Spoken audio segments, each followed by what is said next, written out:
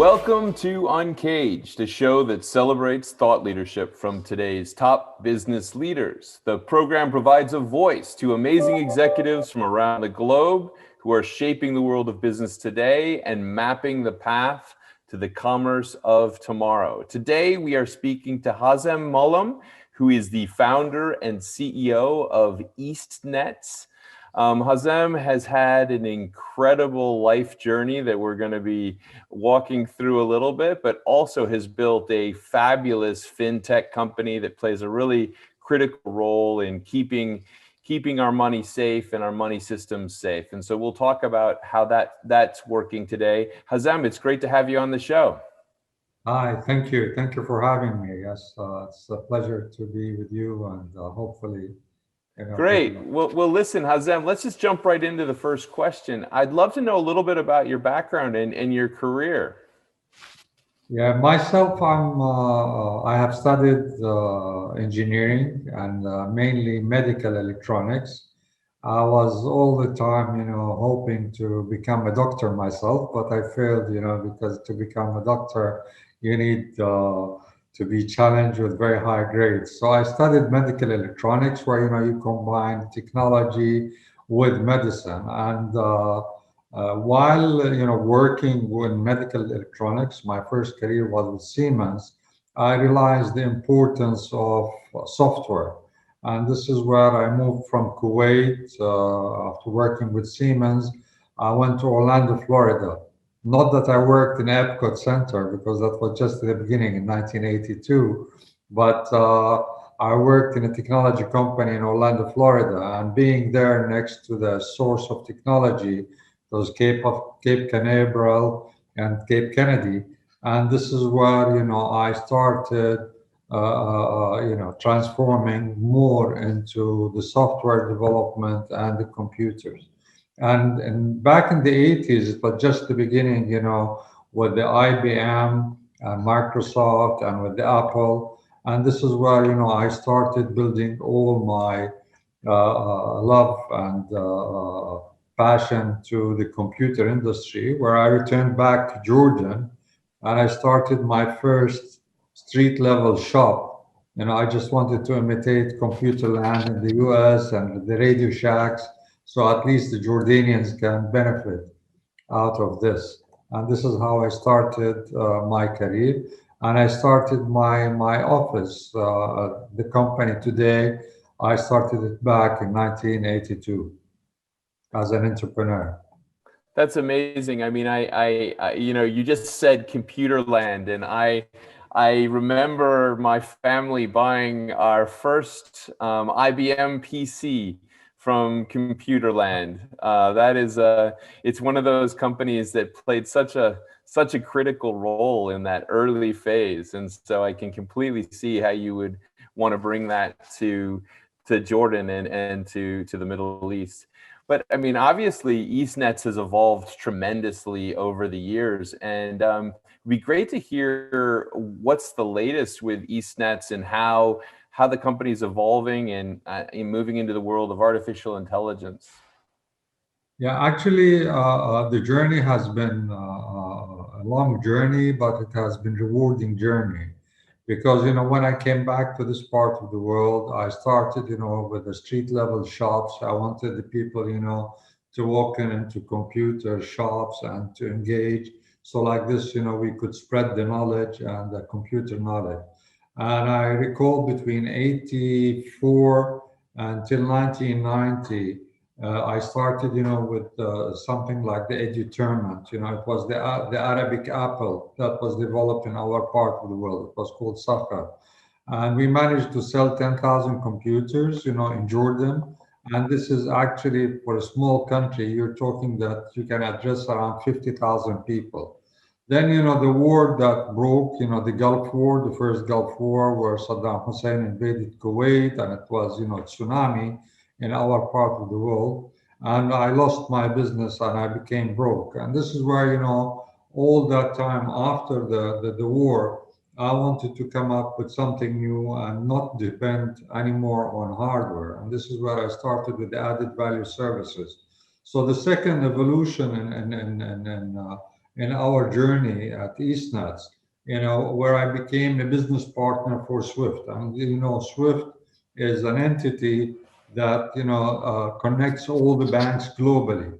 So I became their business partner in the Middle East, and this helped me, to put lots of countries on the financial network, and this helped, with the financial inclusion. So poor countries, could benefit from being part of the global financial industry. And that was the second phase. And the third phase in our evolution as a company, where I raised capital and I acquired a company out of Belgium and in Europe, and like this, from Jordan to the Middle East, then became European and global. And by acquiring that company, we started developing anti-money laundering software, which is a compliance software. And of course, when you start developing compliance software and you become the owner of IP, the sky is the limit, because technology continues to transform, software evolves, and regulations evolve. So it's a transformational business. So today we have a global footprint rather than just a Middle Eastern footprint or a Jordanian footprint. We are serving almost 700 banks globally, from Japan north to Brazil south. So, and we are, happy and proud to have this, because, we are working in combating financial terrorism. And this is something, to add to our journey. It's an incredible shift, and it sounds almost strange to say that things like Swift didn't exist everywhere now. I mean, because now it's such a common thing, and certainly that was a critical building block. But then shifting it now to today, where we're moving into new systems, new challenges, managing solutions that can stop money laundering and support cybercrime, or any form of financial crime, is extremely valuable. So tell me a little bit more about some of the specific focus areas that you and EastNets are seeing as critical today.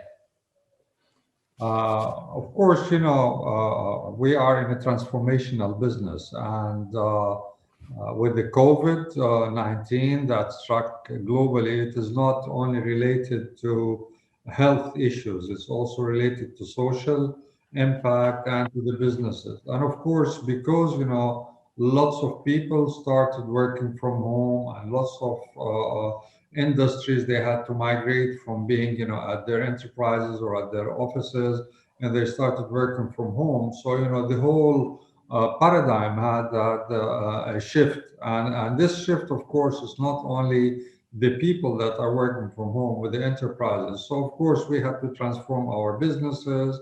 We have to start working on something that is resilient. We have to work, on something that is available to everybody. And this is where we transformed our business into the cloud computing, into having better reach. But also at the same time, we kept our eyes on the ball, because, money laundering started to become more, hackers became more aggressive, and the fraud also had risen high. So, we at EastNets, during these times, although, we transformed our business to meet the new technological requirements thanks to COVID, but at the same time, we were keeping our eye also on the ball that is related, to combating fraud and financial crime. So this is, how we're doing it.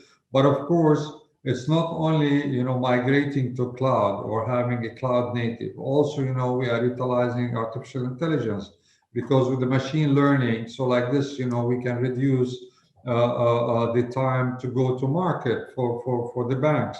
With the blockchain, we are having, for example, a better data to the banks. So like this, the bankers, they can have immediate data in a shorter time. So, we are using all these new trends in technology, even during the COVID. So like this, we can serve our community and our customers to the best. Hazem, one of the things that clearly you've had an incredible career, and anyone who's shifted from selling computers at retail to launching Swift around the world, to building up money laundering software systems, to now taking those systems and into the next era, has seen a lot of different changes. How have you been able to stay ahead of those changes, and what learnings can you provide others with that could help? I hear you have a book coming out. Probably it's all in the book, correct? Yeah, it's all going to be in the book, but at least there is a proverb that I've learned when I first came to Dubai, and this proverb is by an American guy. I really forgot the name now. Yeah, and I remember, when I came to Dubai and I was sitting in a meeting room waiting for the chief operating officer at the time of the bank to meet me. And I read, this proverb. It said, when a man's mind grows, it never goes back to its original size. So what I'm trying to say here that, if you are really, working and you want really to grow and to evolve, you have all the time, to learn more, to acquire knowledge, and to be open to changes. Because, if you are just limiting yourself to one thing, yeah, you will be always stuck in this little box. But if you just keep it, wide open, and you are accepting new ideas, you are taking new challenges, you are keeping, yourself, well rounded. And this is how we learn. And this is why, in certain books, like there's a recent book called The Phoenix Encounter. It just shows about the leaders, how they should be looking, at 50,000 feet, 500 or 50 feet, and 5 feet. And the 50,000 feet, that is, they have to scout, the horizon. They have to keep, their eye on the horizon on what's coming new. So like this, they are not looking. But then also, they have to go to the 50 feet level. So like this, they live the operational part. And then, they have to go to the 5 feet level so they can reflect it on themselves. Otherwise, if they just stay at one altitude, they will have this altitude sickness, and then they will not know what's going on. So this is where, our or my personal evolution, it's not only, with my self efforts, of course, the team. I have the colleagues who are around me. I have them.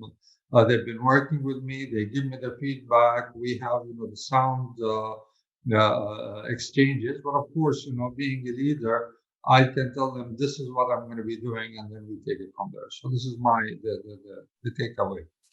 One of the things that really resonates with me is that message that you just outlined, which is the 50,000, the 5,000, and the 50 feet, because I think that's a really, really good a point of view to have, and something that entrepreneurs and other business leaders can really relate to, which is that if you don't stay close to that 50 feet level, you forget what that's like, so somehow you have to remind yourself that you have to do that at the same time of having a grander vision. So I think that's very, very good sound counsel.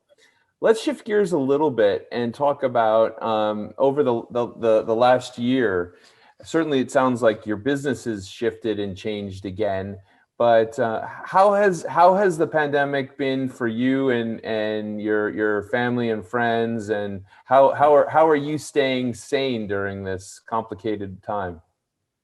Yeah, actually, it's the pandemic. It's not only a personal challenge. Yeah, the pandemic, it came, and it was a big avalanche to everybody. Although, some could see it coming, some, was lazing around, and somebody was in denial. But this avalanche, it hit us really hard because, again, I repeat, it has hit us not only from a health wise, but also it has hit us socially. It has hit us in business. And personally, what we first did at the company, at EastNets, I had my colleagues, and we had to make a very quick decision. And this quick decision was more or less related to our lives and to our livelihood, our lives, that we have, to protect ourselves, And this is where we took, the decision that we want to work all from home. So like this, we can take care of ourselves. And then, we wanted not only our lives, but also our livelihood because we wanted to continue our business. And this is where, thanks, to the cloud computing and to the Zoom and all the other technologies, we could immediately use the latest technology to collaborate and then to continue our business. So the decisions that was taking care of our lives and our livelihood were very important to help us carry on. Of course, like everybody else, we have these moments that, okay, I'm stuck at home, I'm bored, I'm sitting all the time in front of the screen, and really, you will end up, needing and needing to see somebody, to talk to somebody. Okay, I have my family I love, but by the end of the day, there is a limit up, and that's it. Yeah. So I thought it was quite an experience. But again, if anybody wants just to go outside the box, there are lots of things. I have spent the whole last year reading. I managed to read 18 books. I wrote my book, which I just finished now. I'm going to be sending it to publishers to publish it. It's about my memoir, my professional journey, etc. And also, I have engaged more into sports because this was the only thing to keep us sane.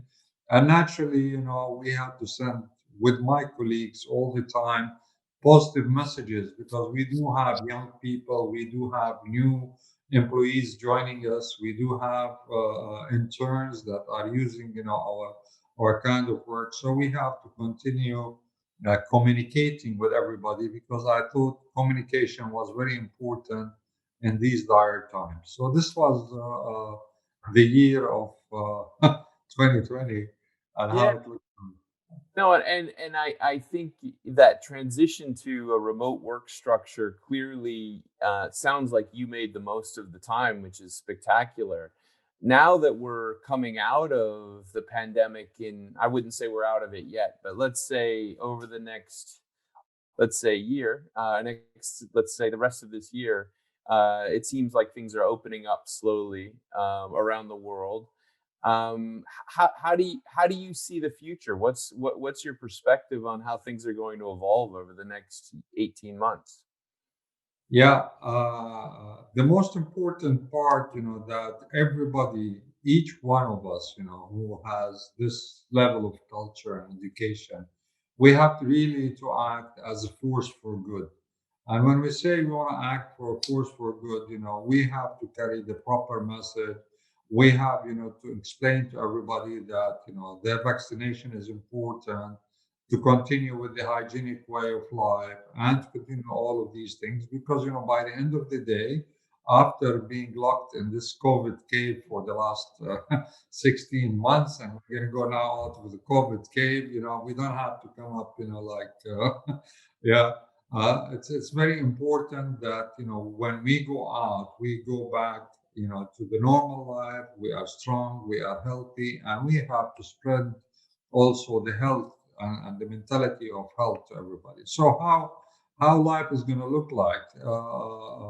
I see, that we are working from home, and there are people who have really geared their life towards working from home, and even offices. Although I've seen even today in financial times that the banks in the US, they want to go back immediately to work with full fledged. Meanwhile, Yeah. in Europe, they are not seeing that. They're seeing, okay, we're going to work 50-50, or we're going to have 3 days and 2 days.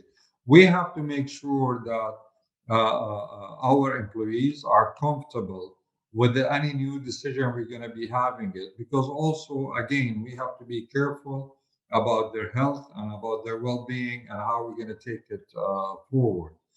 So there's going to be a balance between full-time and everybody at the office, or we're going to be having this.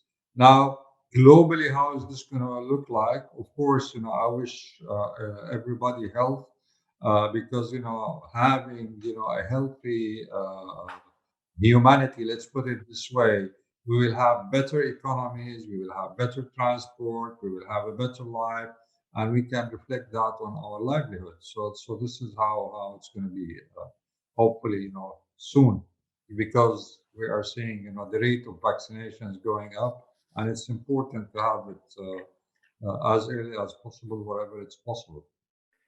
I think that's a very positive message, Hazem, and I think that I'm hopeful that you are right, that all of those things happen, and that people are sensible. We'll see how the next phase goes, but I'm very happy that we were able to talk today. We've been interviewing Hazem Mulhim, who is the founder and CEO of EastNets. EastNets is really a pioneer and leader in the world of cybercrime, money laundering management, and all of the technologies that really allow and help us deal with all of those challenges. Hazem, if people wanted to connect with you and EastNets, where should they find you? I am on LinkedIn under the name Hazem Mulham, and I answer all the questions anytime, and with pleasure, of course. Well, listen, Hazem, it's wonderful to talk to you. Thank you so much for the time today. And we look forward to seeing how the next chapter of EastNets evolved. And most importantly, we're very excited about your book. So you'll have to tell everyone when we can expect that in the market. Is that this year, later Yeah. this year? Now, this year, within the next 3 months, and it's under the title Two Brown Envelopes. So, I look forward that I'll share it to everybody, and it's going to be on Amazon. And this title, Two Brown Envelopes, it has, how to struggle, setbacks, bounce back from failure, and build a global business. So this is the story of my book. I love it. Two brown envelopes. And so that will be out this summer. It'll be a good summer reading. So thank you so much, Hazem, for being on the show today. And we look Thank forward to you. talking again in the future. Thank you. Thank you. Thanks a Cheers. lot. Have a great day. Thank you. Bye bye.